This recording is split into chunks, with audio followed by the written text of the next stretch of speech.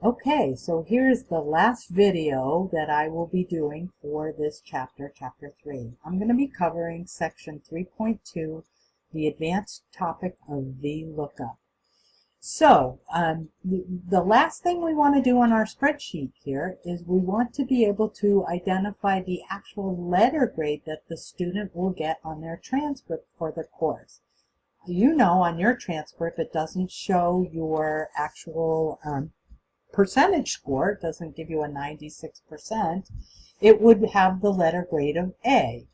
So if I know that a 96 is A, a 76 would be a C, a 26 would be an F, I certainly could go and fill in all of those. But just as we built some intelligence into the other parts of this spreadsheet, I want to use the software's intelligence as well to do this for me. Imagine if I had 100 cells to evaluate. I could do it, but it would be tedious, as well as I could make a mistake easily and not really know that I've made a mistake. So instead, I want to use some functionality that Excel has built in right on board, and it's called the VLookup function. So the VLookup function does exactly what it sounds like. It's going to look up this value, 96%, in a table that I have sitting down here at the bottom of my spreadsheet. It's going to look for that number in this table or come close to that number, and it's going to say 96% is in that A range. So the way we read this table, that's saying for F, anything from 0 to 59% would get an F, 60 to 69% will get a D, 70 to 79% will get a C, and so on. So I want to take a look at this number, come over to this table, look up that value in the table, and return the second column of information to that cell. Okay?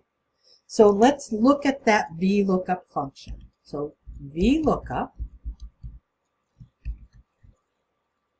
I'm going to look up the value, go to a table, return the column. All right. So those, I understand what they mean because I've used this function a number of times. So, you know, when you get used to using a function, this may be a fast way of doing it. But because this is our first time looking at it, I'm going to show you the insert function stroke, and that opens up a dialog box. So I'm going to move this dialog box over here so that you can see what I'm doing as we're going through this. Now the beauty of this dialog box is it's going to help me through building out that formula. So the first argument in the formula is the lookup value. So the lookup value is the value to be found in the first column of the table. So our first column of the table has our letter grades, or it has the percentages. So we want to look up that percentage value in the table. Now it wants to know, well, where's the table that you want me to go look it up? Well, I want you to look it up from that table of information.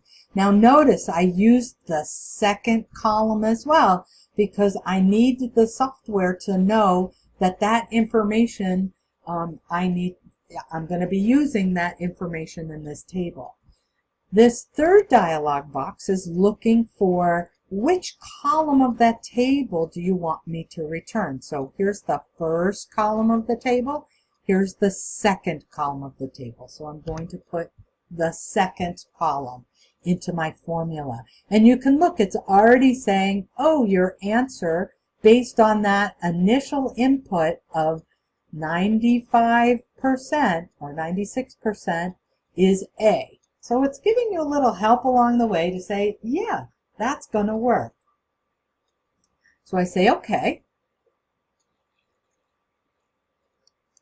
And you say, okay, not sure why my software isn't working really fast here, but you should be able to execute and make this work. So let's go back. I'm going to close that out, and we're going to go back and do it using the faster method. So VLookup equals sign VLookup.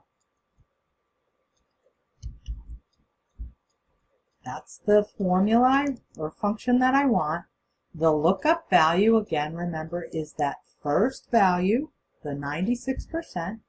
The table is down below.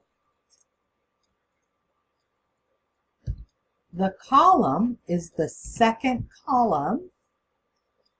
And notice this last range lookup, that is in square brackets because it's optional. So I'm just going to let it go from here for now. And you'll see it returned the A. So let's copy this down one more cell and see if it worked. Now I should expect to see what value in this cell when I copy it down. I should expect to see the letter C show up. Yay, it worked. But let's take a quick peek at that formula. It went and did it's the software updated to include P6 now in the formula. That's the new lookup value. But look here what happened. The table moved on me, or the reference to where the table moved. Why? Because when I initially put that table reference in, I used relative referencing. So I copied down one row, all of my rows updated. So we know that I'm going to get in trouble as I go further down. So watch what happens. I'm going to continue this, and eventually I'm going to see these NAs. Well, what do you mean NA? Well, NA means it can't find anything. There's no associative value there. There's no 26% in this table, so it's not applicable. So there's an error. That's the signal that we did something wrong. So let's clear these out. We don't want those. We're going to come back up to this letter grade, and we're going to fix that. We're going to say that my table will always, always, always be in that cell location. So I'm going to do my magic key here, F4, on both of those cells references. And now let's take a look at it.